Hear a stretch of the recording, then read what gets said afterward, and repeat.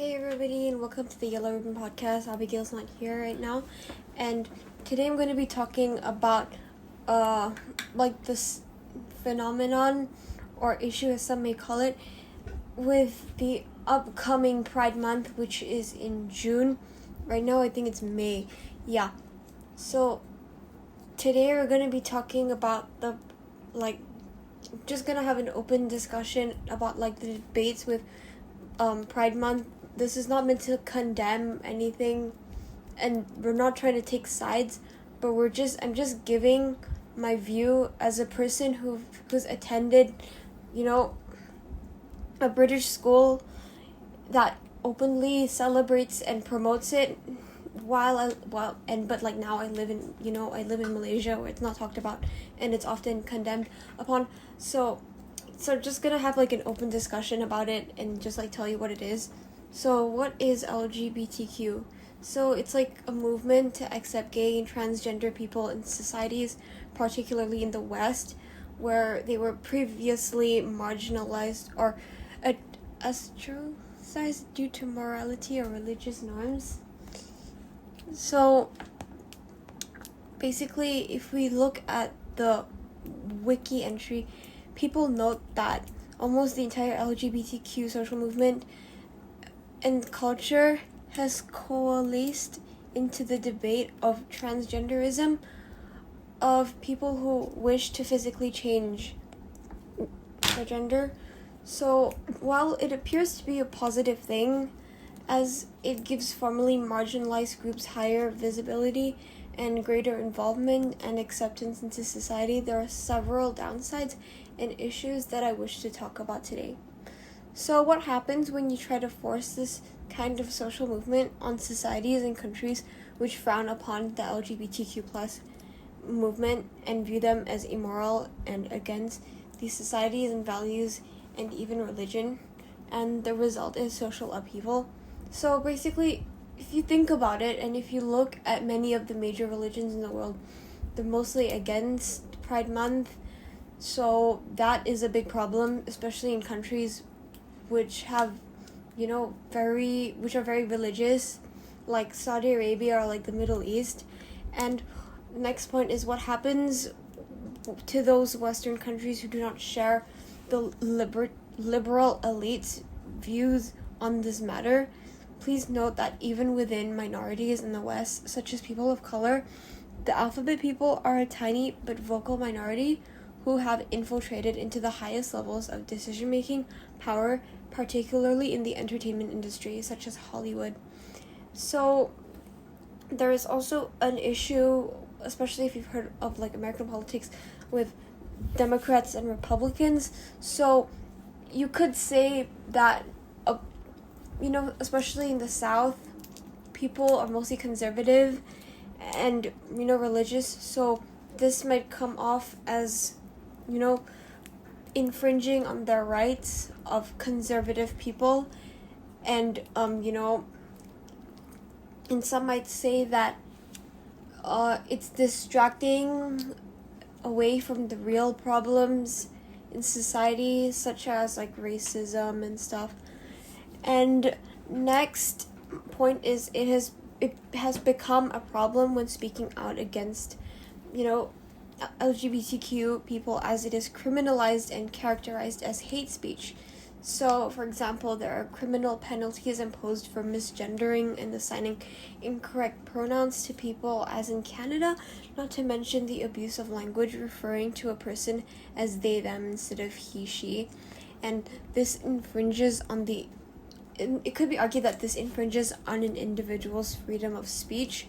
So when you actually look at the definition of, hate speech, there is a fine line with hate speech and giving personal opinions, which has become a topic of debate in many countries. So next is transgenderism actively endangers young girls and women by allowing biological men who claim to be transgender or gender fluid to enter women's only spaces such as toilets or changing rooms. So this has become, a topic of debate as well, and it has, ruffled some feathers in society, which is, you know, yeah, it has ruffled some feathers. And next is the issue of sports, transgenderism in sports. So some may argue that, they have surgery and all, but, there's a reason why they separate sports into two different categories so that each will have a fair advantage, especially for women. So let's say, you have weightlifting and you bring a transgender man into, the women's category. So they go from being 80th place in the men's category to winning medals, to getting first place. So again, this has been quite controversial, especially in the Olympics and in high profile sports and stuff. So some people argue, especially females, they argue that this shouldn't be allowed, but others say that, it's hate speech, it's hate crime, and that we should be more open and we should be less resentful to those who wish to transition. And so it's a topic of debate again, just like everything, because this is very controversial. And next point is that in the United States and in Great Britain, children are allowed to hide their gender identity from the parents and undertake medical treatment without the parents' knowledge or consent. So this is also a big problem because we're talking about children here, people under the age of 18 who can't even get a job yet. So, but yet they can have such, major changes in their lives without their parents knowing. And again, it's also the problem of promoting the idea of, LGBTQ to children, which makes them more likely to follow it. So this has also become a hot topic of debate. Well, some may argue that, it's free speech. They should be able to do what they want. And what's the point? What's the actual problem, as it's not harming other people? But it has ruffled some feathers with society and, religion and, And then my final final point stated by many people about this is that there are only two genders. So basically, if you go on the streets and you ask a person, how many genders there are, it kind of depends on where you are, their beliefs. But it is also important to state that if you were to reconstruct someone based on their surviving DNA thousands of years in the future, you will immediately be able to tell whether they were a man or a woman or race just by looking at them. So the main problem here is that transitioning and identifying as something is not biological in of itself, and that's the main problem with it, as it's not biological and it's just an idea in someone's head. And in some countries it's classified as something mental, but I didn't really look into that, so you'll just have to find out yourself. So finally, some people have argued that the LGBTQ plus movement has been an instrument of Western imperialism. So as part of the Western world's continued efforts to portray itself as the champion of human rights and democracy, with the corresponding moral high ground to lecture and impose its will on less enlightened countries, he has added LGBTQ plus rights as a part of its arsenal.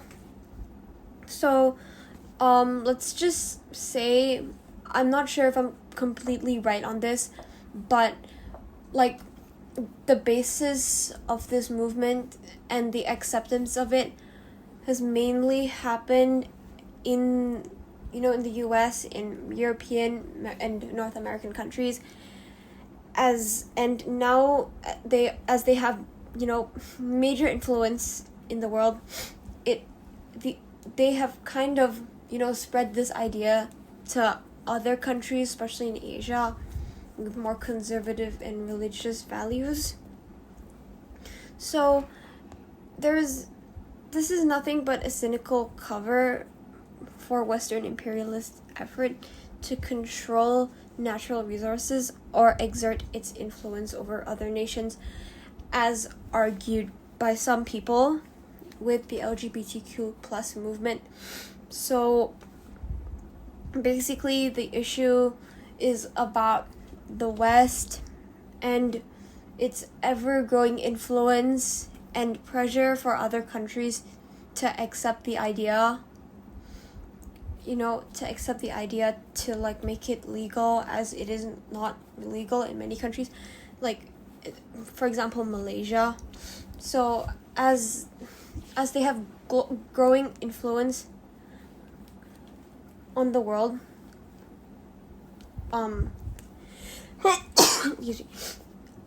it has become like a big problem, and it has ruffled some feathers in the in countries such as Malaysia, Indonesia, where it's still illegal.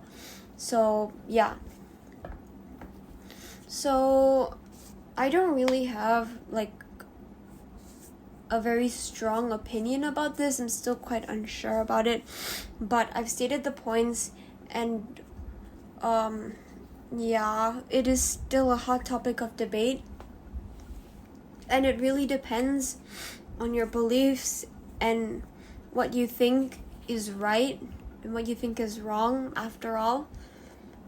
And I believe, this is just like a question.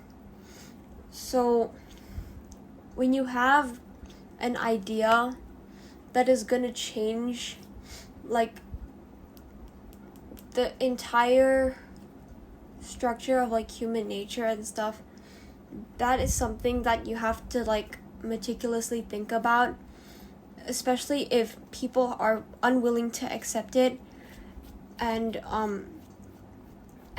that it goes against religion, it goes against culture.